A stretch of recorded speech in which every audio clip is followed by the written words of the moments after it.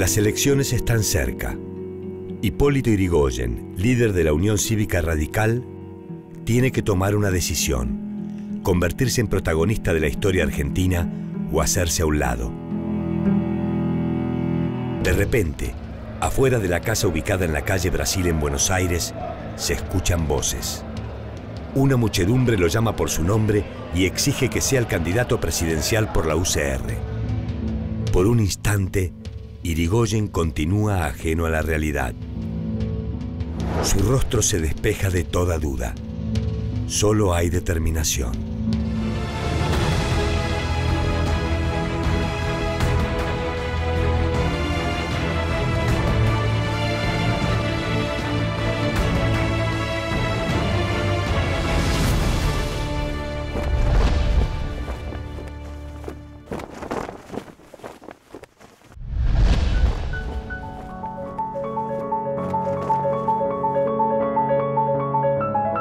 Juan Hipólito Sagrado del Corazón de Jesús Yrigoyen Alem nació en Buenos Aires el 12 de julio de 1852.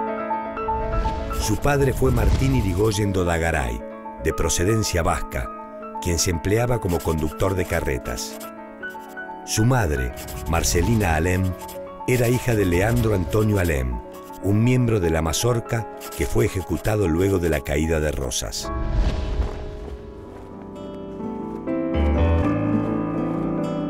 Su entrada en la política fue de la mano de su tío, Leandro Nicéforo Alem, con quien participó en el Partido Autonomista. El joven Hipólito fue nombrado comisario de Valvanera, un cargo central al momento de asegurar las elecciones. Su función era evitar que los opositores votaran, y para lograrlo, a veces era necesario utilizar la violencia. Esta estrategia permitió que Alem fuera elegido diputado nacional en 1872. En 1873 comenzó a estudiar Derecho, mientras llevaba una intensa vida amorosa. Fue así como nació su primera hija, Elena, fruto de un amorío con Antonia Pavón, criada de la familia. Esta pequeña se convertiría en su futura secretaria. Hipólito nunca la reconoció legalmente como hija. Poco tiempo después se relacionó con Dominga Campos, de 17 años, con quien tuvo 6 hijos que tampoco reconoció. Durante ese periodo cumplió cargos de legislador provincial, administrador general de patentes y sellos de la Nación y legislador nacional. Como diputado, accedió a un préstamo del Banco de la Provincia de Buenos Aires que le permitió la compra de campos. Entre 1882 y 1890, su vida giró en torno a las actividades ganaderas y el profesorado, sin dedicarse a la política. Por esos años, Julio Argentino Roca y el Partido Autonomista Nacional se consolidaban en el poder. En ese marco, no había lugar para Yrigoyen y su tío Alem, quienes estaban apartados de la política.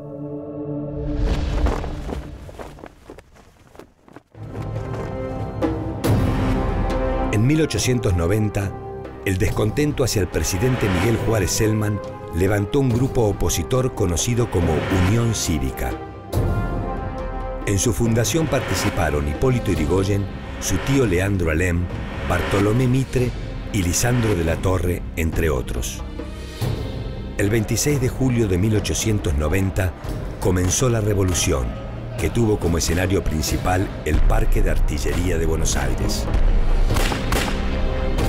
Si bien esta fue derrotada, acabó con el gobierno del presidente Juárez Celman.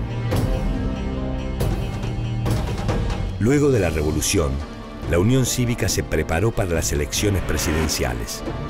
El partido estableció la fórmula Bartolomé Mitre-Bernardo de Yrigoyen. Sin embargo, Julio Argentino Roca estaba dispuesto a evitar su derrota y le ofreció a Mitre una candidatura única entre la Unión Cívica y el Partido Autonomista Nacional. Esta alianza provocó que Leandro Alem, Hipólito Yrigoyen y otros miembros se alejaran de la Unión Cívica. Hacia 1891, este grupo fundó la Unión Cívica Radical. Los radicales tenían en claro que su gran enemigo era el régimen, término que empleaban para referirse al control instaurado por el presidente Roca, en el cual las decisiones políticas quedaban reservadas para unos pocos. El objetivo de la UCR era garantizar la libre expresión de todos los ciudadanos, y para eso recurrió no solo a las palabras. En 1893, los radicales provocaron revoluciones en varias provincias. Sin embargo, la dura mano de Roca aplacó el levantamiento radical. A partir de ese momento, los radicales combatían el régimen mediante la abstención revolucionaria, por la cual se negaban a participar en los comicios electorales. En 1896, Leandro N. Alem se suicidó. Este hecho produjo una grave crisis dentro de la Unión Cívica Radical. Dos facciones se disputaban el control del partido: el representante de la capital, Bernardo de Irigoyen, y el representante de la provincia de Buenos Aires, Hipólito Yrigoyen.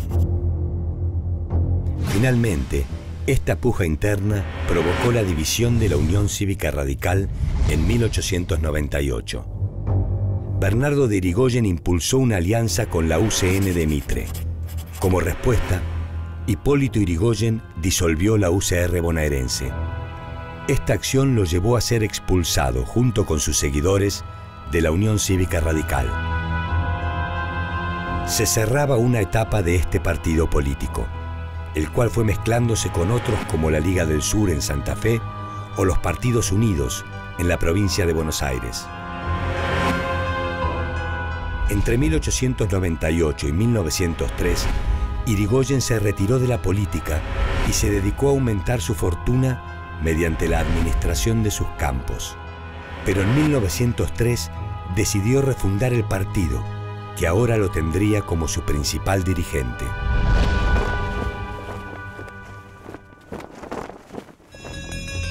En 1905 se produjo un nuevo estallido radical que fue derrotado por el gobierno.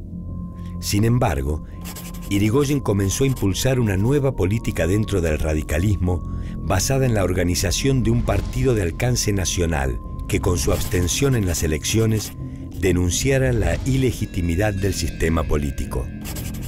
La figura de Hipólito crecía en todos los rincones del país.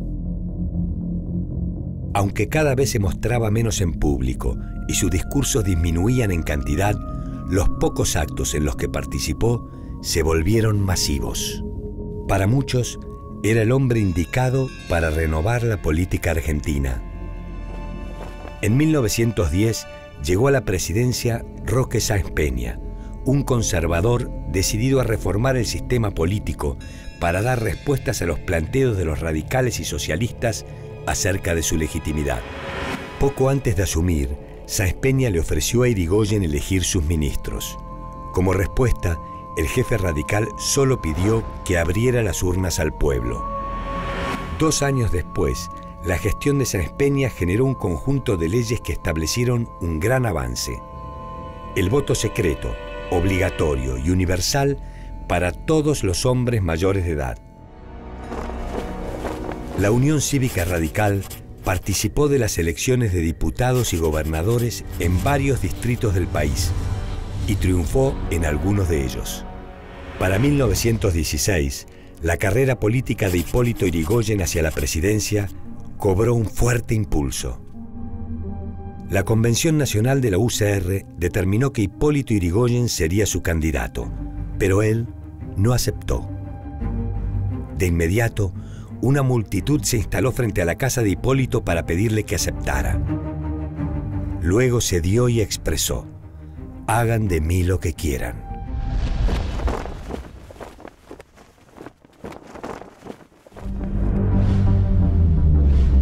Mientras tanto, en el mundo,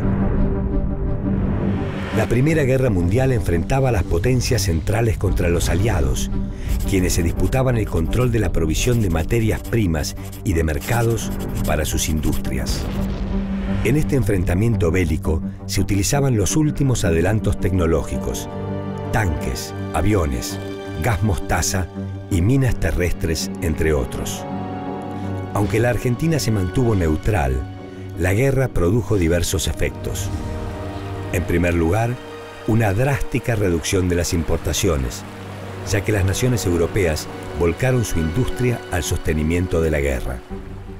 Como consecuencia, surgieron talleres para reemplazar los productos importados de Europa.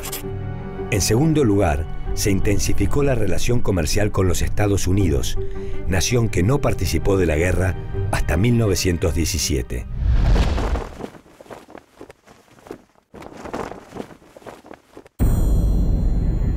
El 12 de octubre de 1916, Hipólito Yrigoyen se convirtió en el nuevo presidente de los argentinos. Una gran cantidad de personas se agolparon ante el Congreso. La felicidad al verlo fue tal que un grupo de manifestantes se encargó de arrastrar el carro presidencial hasta la Casa de Gobierno. Yrigoyen vivía su momento de gloria. El contexto económico de la Argentina en aquel entonces era complicado. La Primera Guerra Mundial generó un aumento de precios en los productos importados. También existían dificultades para comercializar la producción agrícola en Europa. El Congreso estaba dominado por la oposición, la cual se encargaba de frenar los proyectos de ley. Sin embargo, Yrigoyen no permitía que nada se escapara de su control. Todos sus ministros eran hombres leales que carecían de autonomía para tomar decisiones. Yrigoyen era duro, implacable con el viejo régimen. Creía firmemente que los conservadores esperaban el momento para regresar al poder. Esto lo llevó a implementar un sistema de alcahuetes y policías que controlaban a la oposición y hasta a sus partidarios. Por otra parte, se encargó por primera vez de recibir a los dirigentes obreros. Así, medió en los conflictos entre trabajadores y empleadores. Muchas leyes sociales fueron enviadas al Parlamento, pero una tras otra fueron rechazadas por la oposición.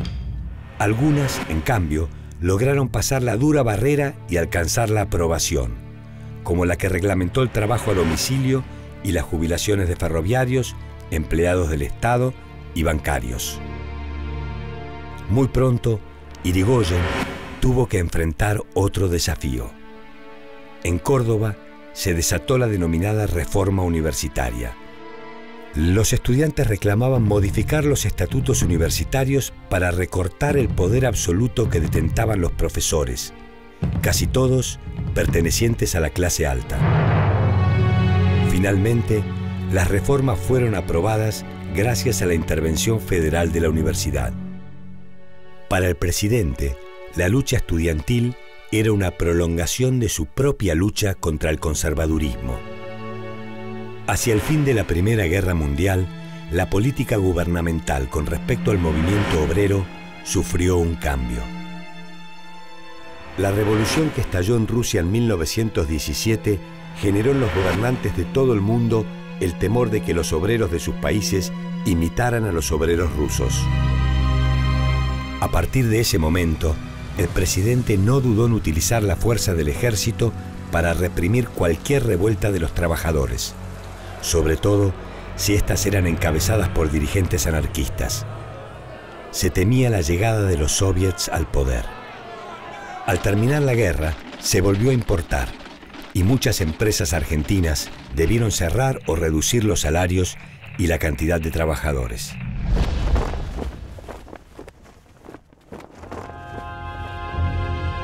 En 1919, en los talleres metalúrgicos Bacena, sus obreros se declararon en huelga. La policía reprimió ferozmente a los trabajadores y varios perdieron la vida. El entierro de los muertos de esa represión se convirtió en una marcha multitudinaria que fue nuevamente reprimida con violencia. Estos hechos se conocieron como la Semana Trágica. Cientos de personas fallecieron en manos del Ejército y de la Liga Patriótica, un grupo parapolicial compuesto por miembros de la clase alta porteña y miembros de las fuerzas de seguridad.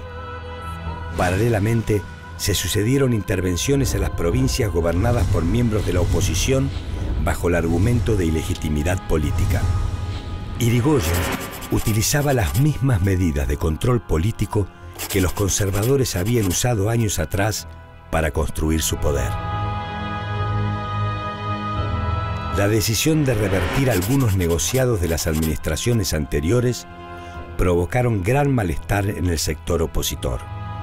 Una de ellas fue la venta de millones de hectáreas de tierra en la Patagonia, que mediante un decreto volvieron a manos del Estado.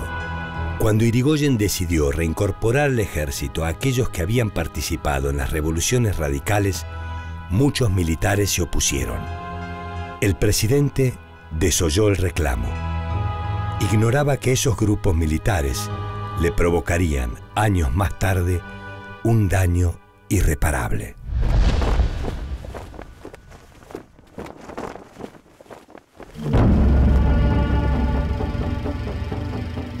Entre 1921 y 1922 sucedió otro hecho que obligó a Hipólito Yrigoyen a tomar una decisión injusta.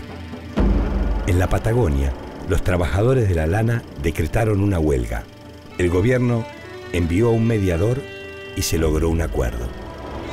Al año siguiente, los patrones no lo cumplieron y la huelga se reinició. El presidente tomó una decisión dura. Envió tropas para aplastar la huelga. La represión se cobró la vida de más de 600 huelguistas.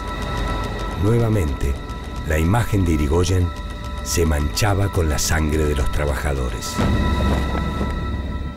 Al finalizar su presidencia, el radicalismo era el partido político más poderoso del país. Aunque dentro de la UCR había sectores que se resistían al liderazgo de Yrigoyen, este logró imponer a su sucesor en el poder, Marcelo Torcuato de Alvear. El 12 de octubre de 1922 se convirtió en el nuevo presidente.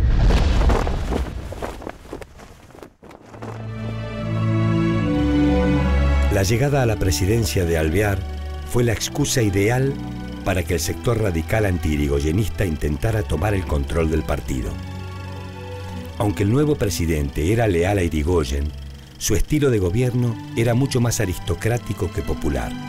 Su principal apoyo lo obtuvo de parte de los radicales contrarios a Yrigoyen. Esto no impidió que en 1924 las disidencias internas provocaran una ruptura del partido. Entretanto, Yrigoyen mantenía una gran popularidad entre sus seguidores.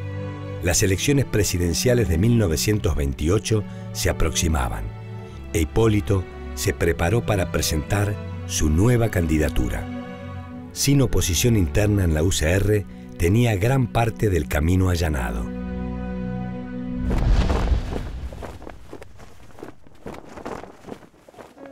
De vuelta en la cima más alta del poder político, Yrigoyen recurrió a los mismos mecanismos que en su primer mandato: reparto de cargos en oficinas estatales e intervención federal de toda provincia disidente.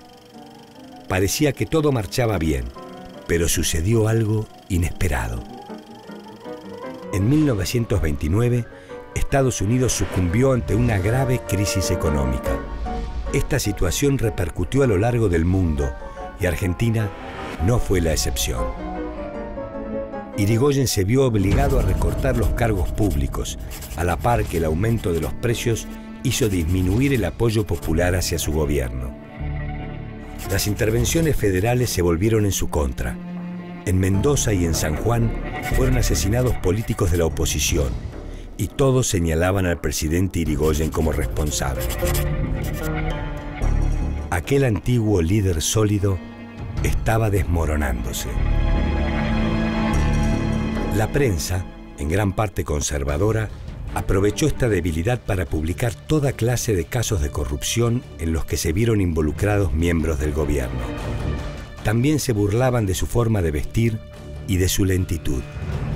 El diario Crítica se convirtió en el más ácido y violento de todos y lo bautizó como el peludo que vive en la cueva de la calle Brasil. Ataque tras ataque, el respeto a la figura presidencial desaparecía. Lo llamaban santón, poseído, anormal, enfermo delirante. A esta lluvia de ofensas se le sumó un hecho que puso en vilo la vida del presidente. El 24 de diciembre de 1929, mientras Irigoyen se dirigía hacia la Casa de Gobierno, fue interceptado por un hombre que le disparó varias veces. La custodia presidencial acribilló al agresor, Guillermo Marinelli, un italiano de pasado anarquista. Era un síntoma de la situación que se vivía. A la vez, el año 1930 comenzó de la peor manera. En marzo, la UCR fue derrotada en las elecciones de diputados en la capital federal y resultó tercera. La situación política continuó empeorando. Hacia mediados de agosto, las sucesivas marchas, tanto de opositores como de leales al presidente, terminaron con heridos y varios muertos. La delicada salud del presidente lo llevó a tomar una decisión. El 5 de septiembre, delegó el cargo en el vicepresidente Enrique Martínez. La primera medida del presidente interino fue decretar el estado de sitio. Fue el chispazo que encendió la pólvora del caos. En la madrugada del 6 de septiembre de 1930, José Félix Uriburu sublevó al colegio militar y en su camino a la Casa de Gobierno casi no encontró oposición. En la insurrección también participaban políticos conservadores y radicales anti-irigoyenistas. Al mismo tiempo, aviones que partieron de la base aérea del Palomar lanzaron volantes impresos en los talleres del diario Crítica que llamaban a la revolución. Irigoyen se encontraba en cama, aunque no fue impedimento para enviar la orden de resistir en las calles. Algunos comités lo hicieron, pero el desorden era inmenso y el vicepresidente se vio obligado a entregar el poder. Hipólito Yrigoyen decidió entregarse al Regimiento 7 de La Plata. Mientras los civiles golpistas destruían y saqueaban su casa, el expresidente fue trasladado a la isla Martín García. El primer golpe de Estado hacía temblar al país.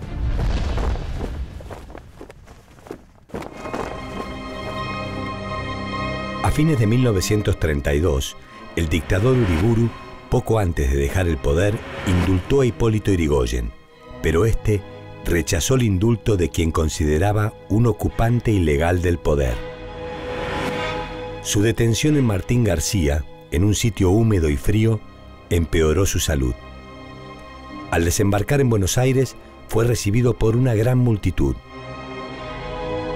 En diciembre de 1932 se produjo un atentado en Buenos Aires. El gobierno de facto acusó a Yrigoyen de instigarlo y fue enviado nuevamente a Martín García. La presión familiar y su estado de salud lograron ponerlo en libertad. A pesar de su liberación, los médicos le habían diagnosticado cáncer de laringe. La enfermedad avanzaba inexorablemente. A las 19:20 horas del 3 de julio de 1933, Hipólito Yrigoyen dejó este mundo. Durante 2 días y medio, el pueblo argentino le rindió homenaje hasta que sus restos, trasladados por una multitud nunca antes vista, fueron depositados en el cementerio de la Recoleta.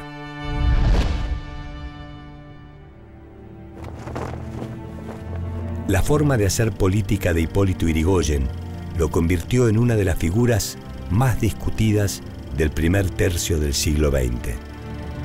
Para sus seguidores era único, leal y sincero, un hombre reservado, de profundos ideales.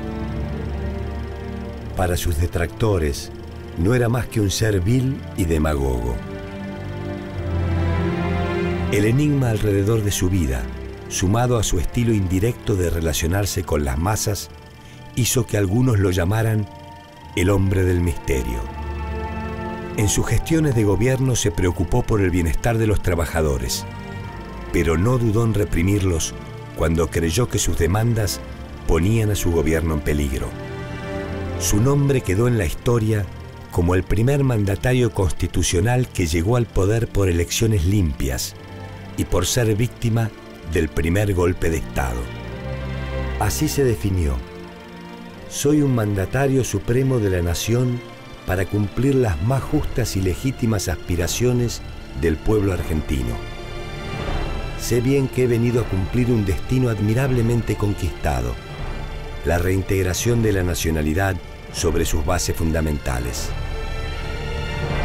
Este fue Hipólito Yrigoyen.